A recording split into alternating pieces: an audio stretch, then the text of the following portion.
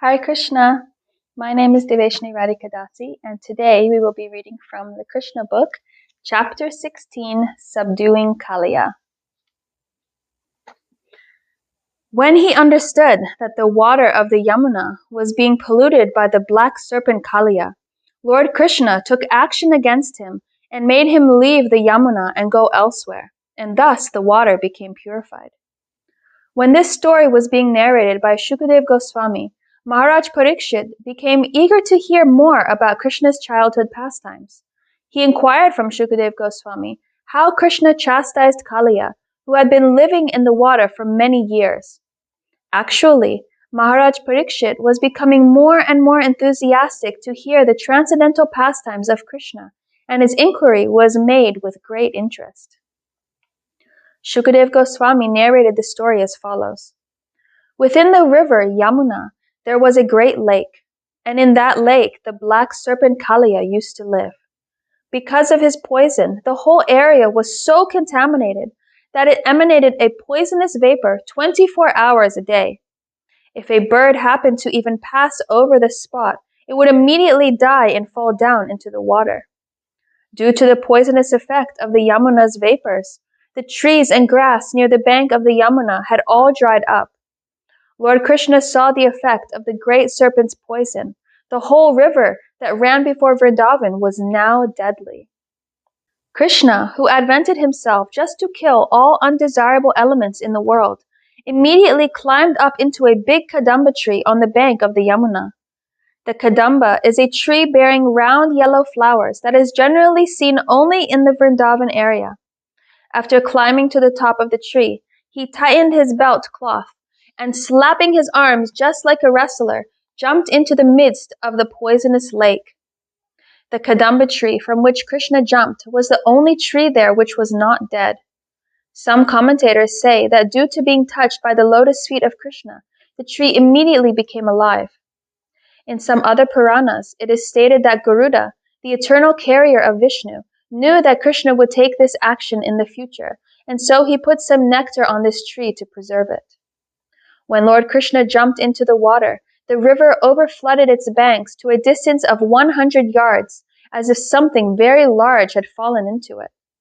This exhibition of Krishna's strength is not at all uncommon, because he is the reservoir of all strength.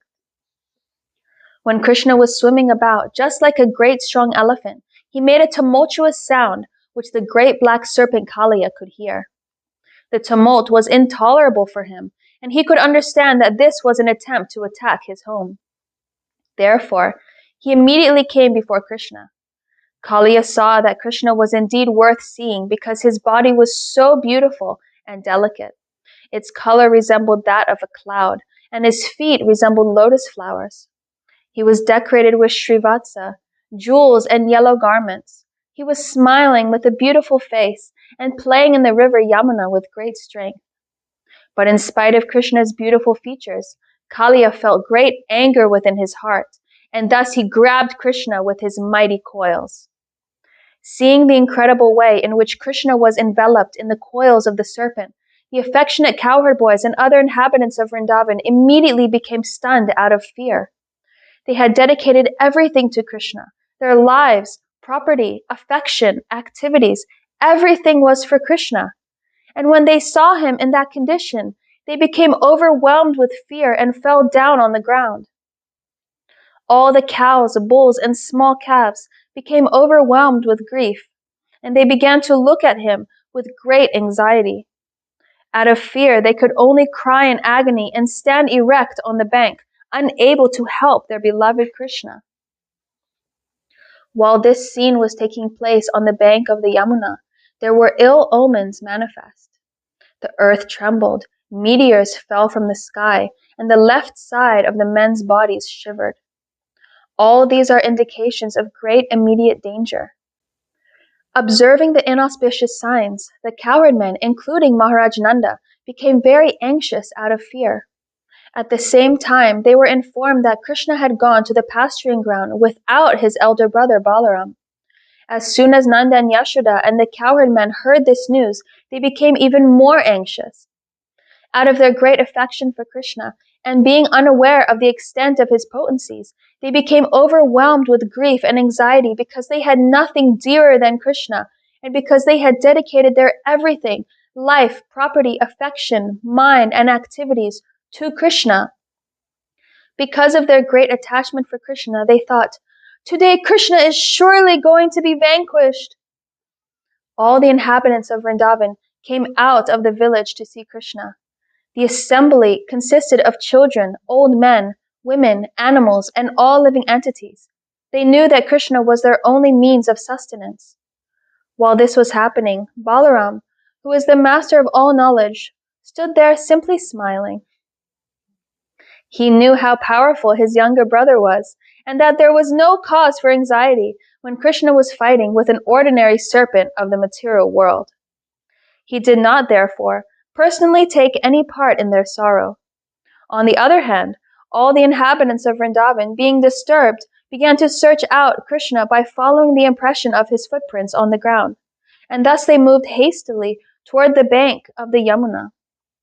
Finally, by following the footprints marked with flag, bow, and conch shell, the inhabitants of Vrindavan arrived at the river bank and saw that all the cows and boys were weeping to behold Krishna enwrapped in the coils of the black serpent. Then they became still more overwhelmed with grief. While Balaram was smiling to see their lamentation, all the inhabitants of Vrajabhumi merged into the ocean of grief because they thought that Krishna was finished. Although the residents of Vrindavan did not know much about Krishna, their love for him was beyond comparison. As soon as they saw that Krishna was in the river Yamuna, enveloped by the serpent Kaliya, and that all the boys and cows were lamenting, they simply began to think of Krishna's friendship, his smiling face, his sweet words, and his dealings with them. Thinking of all these and seeing that their Krishna was now within the clutches of Kaliya, they at once felt that the three worlds had become vacant. Lord Chaitanya also said that he was seeing the three worlds as vacant for want of Krishna. This is the highest stage of Krishna consciousness. Almost all of the inhabitants of Vrindavan had the highest ecstatic love for Krishna. When Mother Yashoda arrived, she wanted to enter the river Yamuna, and being checked, she fainted. Her friends, who were equally aggrieved, were shedding tears like torrents of rain or waves of the river. But in order to bring Mother Yashoda to consciousness, they began to speak loudly about the transcendental pastimes of Krishna. Mother Yashoda remained still, as if dead, because her consciousness was concentrated on the face of Krishna. Nanda and all the other cowherd men who had dedicated everything, including their lives, to Krishna, were ready to enter the waters of the Yamuna. But Lord Balaram checked them, because he was in perfect knowledge that there was no danger. For 2 hours, Krishna remained like an ordinary child, gripped in the coils of Kaliya. But when he saw that all the inhabitants of Gokul, including his mother and father, the gopis, the boys, and the cows, were just on the point of death, and that they had no shelter for salvation from imminent death, Krishna immediately freed himself. He began to expand his body, and when the serpent tried to hold him, he felt a great strain. On account of the strain, his coils slackened, and he had no alternative but to let loose the personality of Godhead, Krishna, from his grasp. Kaliya then became very angry, and his great hoods expanded. He exhaled poisonous fumes from his nostrils, his eyes blazed like fire, and flames issued from his mouth. The great serpent remained still for some time, looking at Krishna. Licking his lips with bifurcated tongues, the serpent looked at Krishna with double hoods, and his eyesight was full of poison. Krishna immediately pounced upon him, just as Garuda swoops upon a snake. Thus attacked, Kaliya looked for an opportunity to bite him, but Krishna moved around him. As Krishna and Kaliya moved in a circle, the serpent gradually became fatigued, and his strength seemed to diminish considerably. Krishna immediately pressed down the serpent's hoods and jumped up on them. The Lord's lotus feet became tinged with red from the rays of the jewels on the snake's hoods. Then he, who is the original artist of all fine arts, such as dancing, began to dance upon the hoods of the serpent, although they were moving to and fro. Upon seeing this, the denizens of the upper planets showered flowers, beat drums, played different types of flutes, and sang various prayers and songs. In this way, all the denizens of heaven, such as the Gandharvas, Siddhas, and demigods, became very much pleased. While Krishna was dancing on his hoods, Kaliya tried to push him down with some of his other hoods. Kaliya had about 100 hoods, but Krishna took control of them. He began to dash Kaliya with his lotus feet, and this was more than the serpent could bear. Gradually, Kaliya was reduced to struggling for his very life. He vomited all kinds of refuse and exhaled fire. While throwing up poisonous material from within, Kaliya became reduced in his sinful situation. Out of great anger, he began to struggle for existence and tried to raise one of his hoods to kill the Lord. The Lord immediately captured that hood and subdued it by kicking it and dancing on it. It actually appeared as if the Supreme Personality of Godhead Vishnu was being worshipped. The poisons emanating from the mouth of the serpent appeared to be like flower offerings. Kaliya then began to vomit blood instead of poison. He was completely fatigued.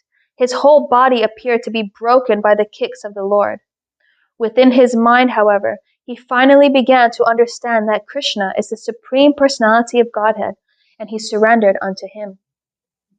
He realized that Krishna is the Supreme Lord, the master of everything. The wives of the serpent, known as the Nagapatnis, saw that their husband had been subdued by the Lord's kicking, and that he was almost at the point of death due to bearing the heavy burden of the Lord, within whose abdomen the whole universe remains. Kaliya's wives prepared to worship the Lord, and in their haste, their clothes, hair, and ornaments became disarrayed. They also surrendered unto the Supreme Lord and began to pray. They appeared before him, put forward their offspring, and anxiously offered respectful obeisances, falling down on the bank of the Yamuna. The Nagapatnis knew that Krishna is the shelter of all surrendered souls, and they desired to release their husband from the impending danger by pleasing the Lord with their prayers. The Nagapatnis began to offer their prayers as follows. O dear Lord, you are equal to everyone. For you there is no distinction between your sons, friends, or enemies. Therefore, the punishment which you have so kindly offered to Kaliya is exactly befitting. O Lord, you have descended especially for the purpose of annihilating all kinds of disturbing elements within the world. And because you are the absolute truth, there is no difference between your mercy and your punishment. We think, therefore, that this apparent punishment of Kaliya is actually some benediction. We consider that your punishment is your great mercy upon us, because when you punish someone, it is to be understood that the reactions of his sinful activities are eradicated.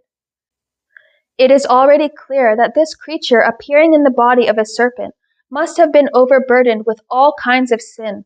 Otherwise, how could he have the body of a serpent? Your dancing on his hoods has reduced all the sinful results of actions caused by his having this body of a serpent. It is therefore very auspicious that you have become angry and have punished him in this way. We are very much astonished to see how you have become so much pleased with this serpent, who evidently performed various religious activities in his past lives that pleased everyone. He must have undergone all kinds of penances and austerities, humbly honored others, and executed universal welfare activities for all living creatures. The Nagapatnis confirmed that one cannot come in contact with Krishna without having executed pious activities in devotional service in his previous lives. As Lord Chaitanya advised in his Shikshastika, one has to execute devotional service by humbly chanting the Hare Krishna mantra, thinking oneself lower than the straw in the street, and not expecting honor for himself, but offering all kinds of honor to others. The Nagapatnis were astonished that although Kaliya had the body of a serpent as a result of grievous sinful activities, at the same time he was in contact with the Lord to the extent that the Lord's lotus feet were touching his hoods. Certainly this was not the ordinary result of pious activities. These two contradictory facts astonished them. Thus they continued to pray, O dear Lord, we are simply astonished to see that he is so fortunate as to have the dust of your lotus feet on his head. This is a fortune sought after by great saintly persons. Even the goddess of fortune underwent severe austerities just to have the blessings of the dust of your lotus feet. So how is it that Kaliya is so easily getting this dust on his head? We have heard from authoritative sources that those who are blessed with the dust of your lotus feet do not care even for the highest post within the universe, namely the post of Lord Brahma, or the kingship of the heavenly planets, or the sovereignty of this planet. Nor do such persons desire to rule the planets above this earth, such as Siddhaloka, nor do they aspire for the mystic powers achieved by the yoga process. Nor do the pure devotees aspire for liberation by becoming one with you. My Lord, although he is born in a species of life which is fostered by the most abominable mode of material nature, accompanied with the quality of anger, this king of the serpents has achieved something very, very rare. Living entities who are wandering within this universe in different species of life can very easily achieve the greatest benediction only by your mercy. It is confirmed in the Chaitanya Charitamrita that the living entities wandering within the universe in various species of life can get the seed of devotional service by the mercy of Krishna and the spiritual master, and thus their path of liberation can be cleared. The Nagapatnis continued, We therefore offer our respectful obeisances unto you, our dear Lord, because you are the Supreme Person, who are living as the Supersoul within every living entity. Although you are transcendental to the cosmic manifestation, everything is resting in you. You are the personified, indefatigable, eternal time. The entire time force is existing in you, and you are therefore the seer and the embodiment of total time in the shape of past, present, and future, month, day, hour, moment, everything. In other words, O Lord, you can see perfectly all the activities happening in every moment, in every hour, in every day, in every moment, in every year, past, present, and future. You are yourself the universal form, and yet you are different from this universe. You are simultaneously one with and different from the universe. We therefore offer our respectful obeisances unto you. You are yourself the whole universe, and yet you are the creator of the whole universe. You are the superintendent and maintainer of this whole universe, and you are its original cause. Although you are present within this universe by your three qualitative incarnations, Brahma, Vishnu, and Maheshwara, you are transcendental to the material creation. Although you are the cause of the appearance of all kinds of living entities, their senses, their lives, their minds, their intelligence, you are to be realized by your internal energy. Let us therefore offer our respectful obeisances unto you, who are unlimited, finer than the finest, the center of all creation, and the knower of everything. Different varieties of philosophical speculators try to reach you. You are the ultimate goal of all philosophical efforts, and it is actually only you who are described by all philosophies and by different kinds of doctrines. Let us offer our respectful obeisances unto you, because you are the origin of all scripture and the source of knowledge. You are the root of all evidences, and you are the supreme person who can bestow upon us the supreme knowledge. You are the cause of all kinds of desires, and you are the cause of all kinds of satisfaction. You are the Vedas personified. Therefore, we offer you our respectful obeisances. Our dear Lord, you are the Supreme Personality of Godhead, Krishna, and you are also the Supreme Enjoyer. You have now appeared as the son of Vasudeva, who is a manifestation of the state of pure goodness. You are the predominating deities of mind and intelligence, Aniruddha and Pradyumna, and you are the Lord of all Vaishnavas. By your expansion as the Chaturvyuha, namely Vasudeva, Sankarshan, Aniruddha, and Pradyumna, you are the cause of the development of mind and intelligence. By your activities only, the living entities become covered by forgetfulness or discover their real identity. This is confirmed in the Bhagavad Gita, 15th chapter. The Lord is sitting as the Supersoul in everyone's heart, and due to his presence, the living entity either forgets himself or revives his original identity. We can partially understand that you are within our hearts as the witness of all our activities, but it is very difficult to appreciate your presence, although every one of us can do so to some extent. You are the supreme controller of both the material and spiritual energies. Therefore, you are the supreme leader, although you are different from this cosmic manifestation. You are the witness and creator and the very ingredient of this cosmic manifestation. We therefore offer our respectful obeisances unto you. Our dear Lord, in the matter of creating this cosmic manifestation, personally you have nothing to exert. By expanding your different kinds of energy, namely the mode of passion, the mode of goodness, and the mode of ignorance, you create, maintain, and annihilate this cosmic manifestation. As the controller of the entire time force, you simply glance over the material energy, thereby creating this universe and energizing the different modes of material nature, which act differently in different creatures. No one can estimate, therefore, how your activities are going on within this world. Our dear Lord, although you have expanded into the three principal deities of this universe, namely Lord Brahma, Lord Vishnu, and Lord Shiva, for creation, maintenance, and destruction, your appearance as Lord Vishnu is actually for the benediction of living creatures. Therefore, for those who are actually peaceful and who are aspiring after the supreme peace, worship of your peaceful appearance as Lord Vishnu is recommended. O Lord, we are submitting our prayers unto you. You can appreciate that this poor serpent is going to give up his life. You know that for us women, our husband is our life and everything. Therefore, we are praying unto you that you kindly excuse Kaliya, our husband, because if this serpent dies, then we shall be in great difficulty. Looking upon us only, please excuse this great offender. Our dear Lord, every living creature is your offspring, and you maintain everyone. This serpent is also your offspring, and you can excuse him once, although he has offended you, undoubtedly without knowing your supremacy. We are praying that he may be excused this time. Our dear Lord, we are offering our loving service unto you because we are all eternal servitors of your Lordship. You can order us to do whatever you please. Every living being can be relieved from all kinds of despair if he agrees to abide by your orders.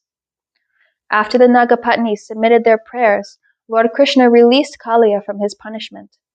Kaliya was already unconscious from being struck by the Lord. Upon regaining consciousness and being released from the punishment, Kaliya got back his life force and the working power of his senses. With folded hands, he humbly began to pray to the Supreme Lord Krishna. My dear Lord, I have been born in such a species that by nature I am angry and envious, being in the darkest region of the mode of ignorance.